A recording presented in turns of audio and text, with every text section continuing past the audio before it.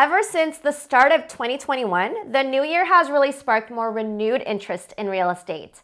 So while we were still in lockdown in the winter, the demand for real estate in January to March felt like we were already in spring. But more recently, we've noticed a lot more sellers as well, and this has definitely helped balance the market and cool things off. Because real estate prices have gone up so much already in the past few months, there is more uncertainty now, especially when you combine this with other external factors happening around us. In this video, I'll address the three biggest concerns surrounding Toronto real estate today: inflation, government policy, and the massive real estate gains since the COVID pandemic. If you enjoy this content from our Elevate team, please remember to give us a thumbs up and subscribe to our channel so that you can see more of this content made specifically for real estate investors in Toronto. The first thing I'll talk about are the growing interest rate and inflation concerns.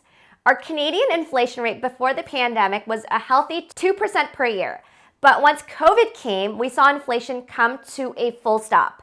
Q2 2020 inflation was at 0%, and throughout the rest of the year, we're sitting at between 0.2% to 0.7% inflation. And then things started to change come end of January this year. Government bond yields suddenly shot up because the expectations for inflation are now higher. Things look like they'll recover soon, and because of that, inflation won't stay low forever.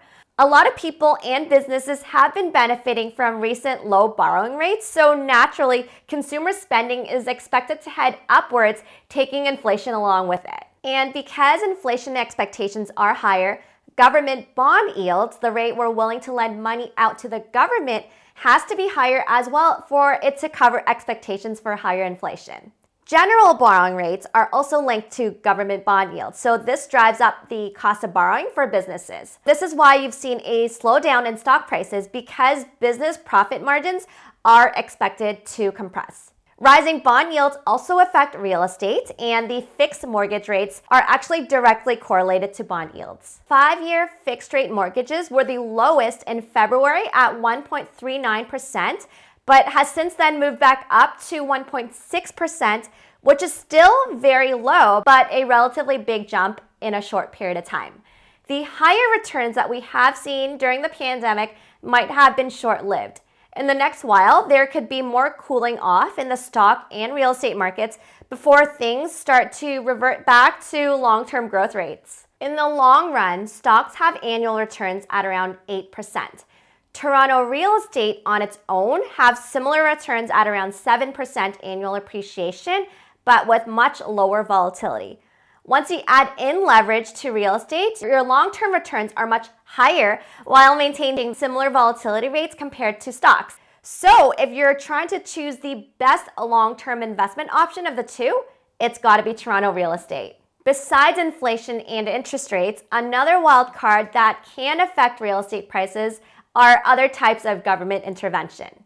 The fact that prices have shot up over 30% year on year in the suburbs does trigger warnings. And you can try to compare this with what happened in April of 2017. Real estate got really hot and was growing at double-digit annual appreciation for over a year starting in early 2016. Toronto detached prices hit above 30% year on year towards the end of 2016, so the government finally took action.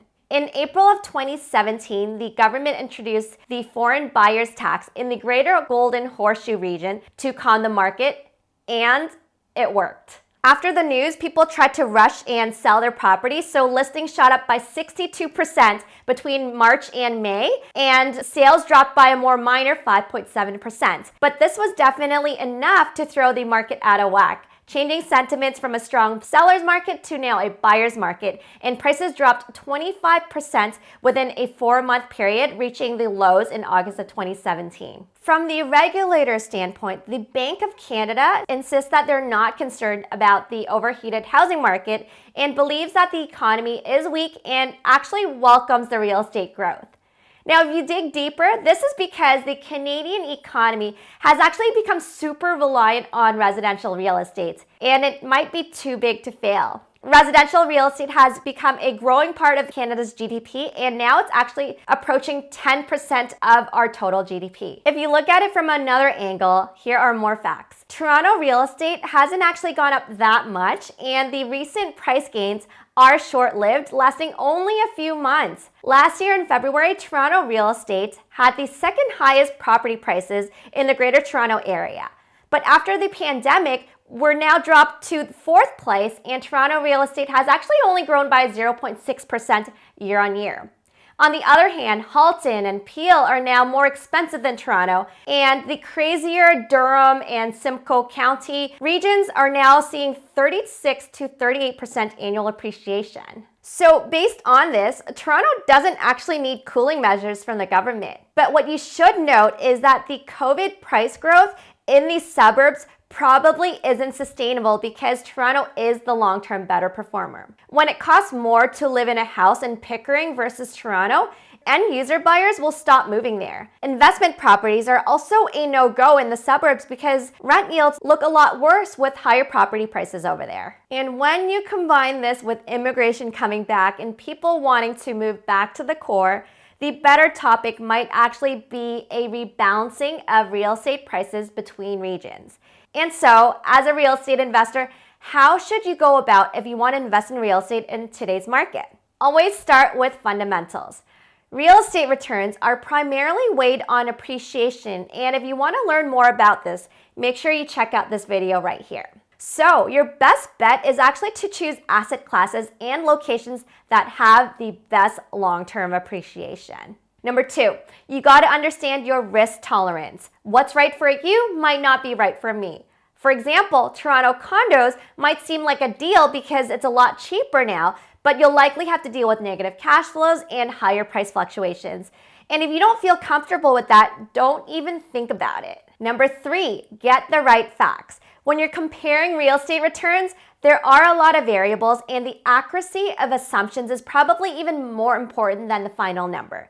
If you use the wrong numbers for rents, for expenses, and appreciation, then your ROI number is pretty useless.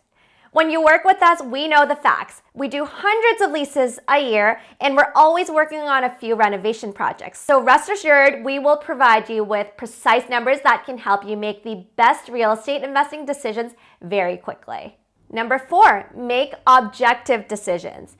If you're buying an end user home, I know it's hard to be objective sometimes, especially when you fall in love with a place. But when it's an investment property, it's really all about the numbers. So don't get emotional when there's crazy bidding wars and when numbers don't make sense anymore. Be prepared to walk away. Over the next few weeks, we expect prices to continue to stabilize in Toronto. Right now, prices are right where we expect them to be, with Toronto bungalows starting at the low 900s and detached two-story homes in the mid-900s to $1 million mark. If you're looking for less buying competition, the next short while is actually a great time to buy. And when you work with us, we take time to understand your requirements, your preferences, and your risk tolerance so that you can choose the right investment properties for you. We also help with renovation support, leasing, and property management if you need them. You can head over to the link in the description below to reach out to us. Finally, don't forget to hit the thumbs up button if you like this video and share this video with any friends who might find this useful. If you want to hear from us more regularly, find us on Facebook, Instagram, LinkedIn, or subscribe to our mailing list, and you can find all of these links in the description below as well. I wish you all the best in your real estate investing journey. Thanks so much for watching, and I'll see you in the next video. Bye.